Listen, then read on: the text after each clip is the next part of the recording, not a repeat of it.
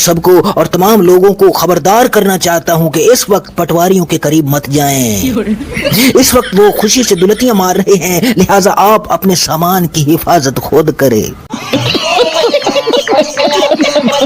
लो भी सजनों, बेलियों, भाइयों बहनों, पाकिस्तानी हुकूमत के हाथ एक बहुत बड़ी फतह, एक बहुत बड़ी कामयाबी, एक बहुत बड़ी खुशी हाथ लगी है, जिसके बाद पटवारियों, सरकारियों, दरबारियों, शरीफों, जरदारियों और उनके हवारियों में खुशी की लहर दौड़ गई है। और वो दौड़ते फिर रहे हैं कि ढोल कहाँ है, बाजे कहाँ हैं, और जहाँ नाचना है वो आंगन कहाँ है। क्योंकि डोनाल्ड ट्रंप ने पाकिस्तानी हुकूमत का शुक्रिया अदा किया है और पाकिस्तानी हुकूमत इस वक्त लुड़ियां डालना शुरू कर दी है, ढोल पीटने शुरू कर दी हैं कि ट्रंप साडे नाल हो गए, ट्रंप साडे नाल हो गए। पीटीआई वाले जिनके पास सिर्फ एक ट्रंप कार्ड बचा था, वो ट्रंप कार्ड हमारे हाथ लग गया है। पीटीआई वाले जो उम्मीद लगाए बैठे थे कि ट्रंप आएगा और हमें इंसाफ दिलवाएगा, उस पीटीआई नाल बड़ी पैड़ी हो गई और वो हाथ मलते रह गए। इस वक्त हुकूमत और उसके हवालियों में एक फतह का समा है, एक जश्न का समा है। और सबसे ज्यादा एस्टेब्लिशमेंट के लौंडे लपाड़े मंसूर अली शाह बहुत खुश नजर आ रहे थे और फरमा रहे थे, बल्कि पूछ रहे थे, बल्कि ढूंढ ढूंढ के पूछ रहे थे कि पीटीआई वाले कहाँ हैं, पीटीआई के लौंडे लपाड़े इस वक्त कहाँ हैं। और खुद बता भी रहे थे कि पीटीआई वाले इस वक्त कंबल ओढ़ के सो गए हैं। और वो जो पीटीआई के लौंडे लपाड़े नहीं सोए, उनकी समझ में नहीं आ रहा कि दाएं वाली दीवार में टक्कर मारनी है या बाएं वाली दीवार में सर फोड़ना है। जी हाँ, मंसूर अली खान अल मरूफ एस्टेब्लिशमेंट के लौंडे लपाड़े, अल मरूफ एस्टेब्लिशमेंट के कबूतर फरमा रहे थे, बल्कि मजाक उड़ा रहे थे। उनकी बात का ये मतलब था कि पीटीआई वालों की समझ में नहीं आ रहा कि पीटीआई वाले इस वक्त बावले हो गए हैं और बावले होकर बिजली के खंबे पर चढ़ने की कोशिश कर रहे हैं, और अगर ना चढ़ सके तो सूच में 2 उंगलियां डाल के खुद को करंट लगा लेंगे।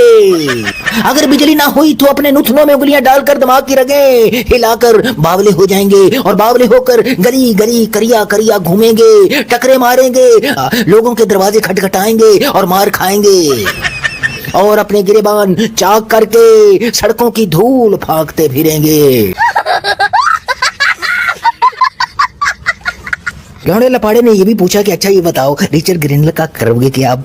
लौंडे लपाड़े बताएं और बताएं। एस्टेब्लिशमेंट के लौंडे लपाड़े ने पीटीआई के लौंडे लपाड़ों से पूछा कि बताओ कि ग्रीनल को आपने अपना सियासी अब्बा बना लिया था, अब आप सियासी अब्बे का करोगे क्या, अचार डालोगे क्या? बताओ बताओ बताओ, वो तो नजर ही नहीं आ रहा कहीं। और फरमाती है कि पाकिस्तानी गवर्नमेंट को पीआर के हवाले से एक बहुत बड़ी कामयाबी मिली है और ये हुकूमत ये सौदा बेचेंगे वगैरह वगैरह। मगर पीटीआई अब क्या बेचेगी? अरे पीटीआई के पास तो कुछ भी नहीं बचा।